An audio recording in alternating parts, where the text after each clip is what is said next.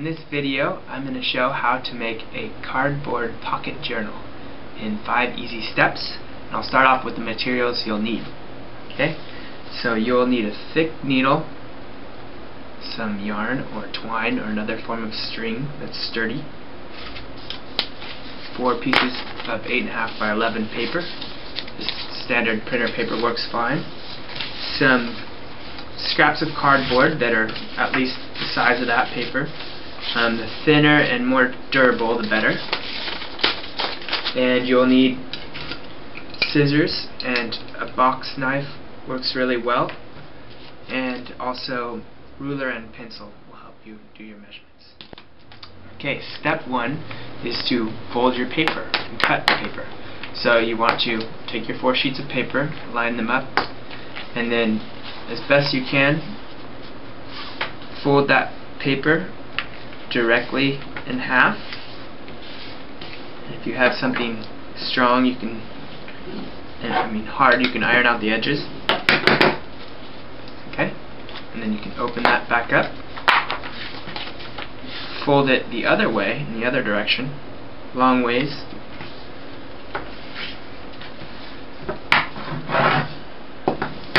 So you should have your paper divided into a perfect cross in 4 sections. Then what you're going to do is you're going to cut that paper in those 4 parts. So take it, and you can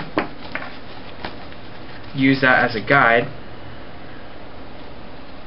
and cut straight along that crease. Alright, so the next step is you've got your small 4ths of the paper cut into 4ths, and you want to put those all together, and they should be basically the same size.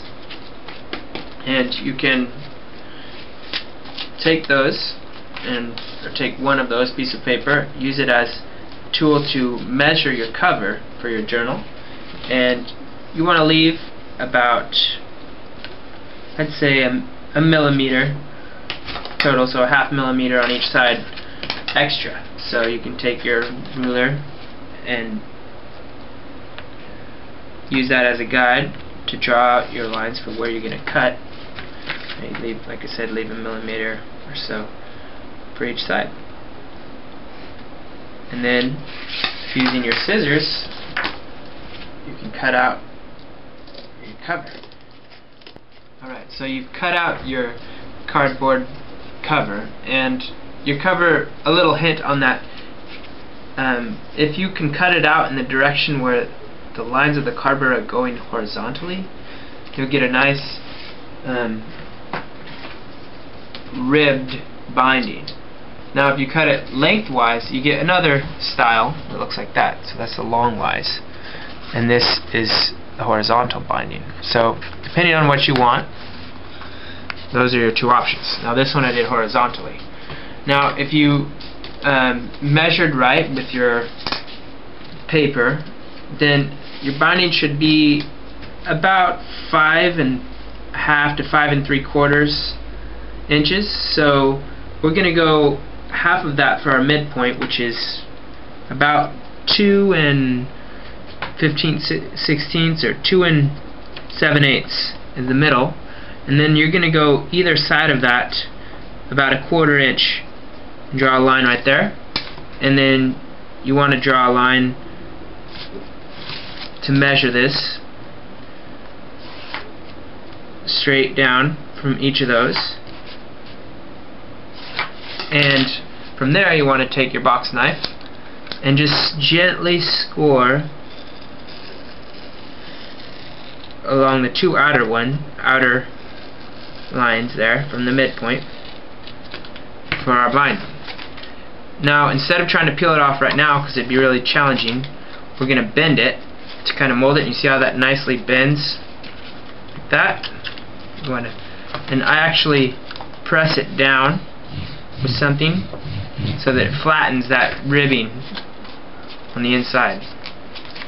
Okay, and then you bend it the opposite direction as well. And then try to make sure that your binding lines up too when you're doing that. Okay, and then you can press it on the other side, the opposite side. Bend it back and forth a few times. And then return to the side where you'd made this cut. And from there it should, after several times, begin to peel off. So you can peel off the first couple layers there, and if you need to give it an extra little score to help it out,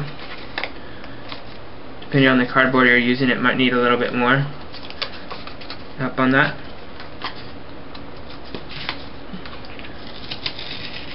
But you don't want to press too hard or it'll cut the actual ribs. Okay, so then you can see it slowly is coming up here, and you kind of just have to sheet by sheet pull off that till you see below.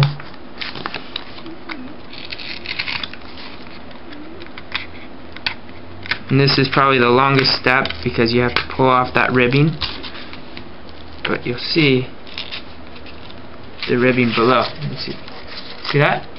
And then you're going to pull off all of that so that it reveals that nice ribbing. Okay, now once you've completed your cover, it should look like this, with the binding showing the ridges of the cardboard, and should be folded in half. Next step is you're going to take your pages, which is the 4 sheets, and we cut them into fourths. So we're going to take those and fold them in half, and you want to take something once again to durable and strong to create a strong fold there, and it should fit nicely inside your journal and your cover. And what you want to do is find the center page and flip it over to the back, and you want to probably, I would say, measure down 1 or 2 ridges from the top, and from the back going to the front you're going to take your needle, which has a good piece of thread. I would say you're going to need at least 1.5 feet of thread, and going to push that through, and you need a thick needle and it takes a good push, but it should go through nicely there. Okay, so you should be able to pull it through just by hand like that, and if you use twine it may be a little bit easier than yarn, but any string you have should work that's strong. Then you're going to pull it through and tie a knot in the back like this. I do a double knot, so I start with single there, and then I put another one and line up the knot on the same place as the other knot, so it create a bigger knot and a resistance so that the yarn can't be pulled through. So you want to kind of center them on the same, and then you can tighten them by pulling either side, and then from the front you can pull that through, and we'll trim off that extra yarn at the end. So what you're going to do is you're going to sew the binding, and I like to go every inch, and what it'll make is 2 stitches on the inside, so 1 inch out and 1 inch, 2 inches, 2 stitches on the inside, and you tie another knot on the end.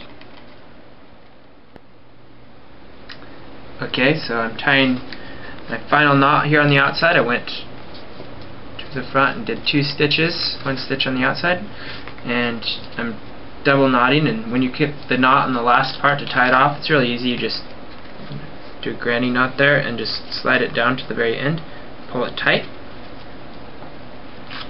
and then you can snip off close, but I wouldn't do it too close, on the ends of these 2 edges, and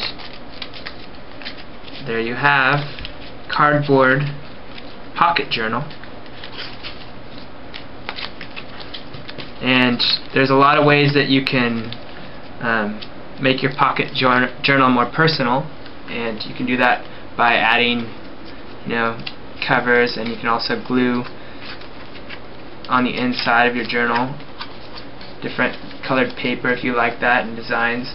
And another thing that I've done is added here, put 2 holes in and added a clasp using yarn. You just tie one knot and then tie a loop on the other side, and that works as a nice clasp. So I hope this video was helpful to you to making a simple cardboard pocket journal.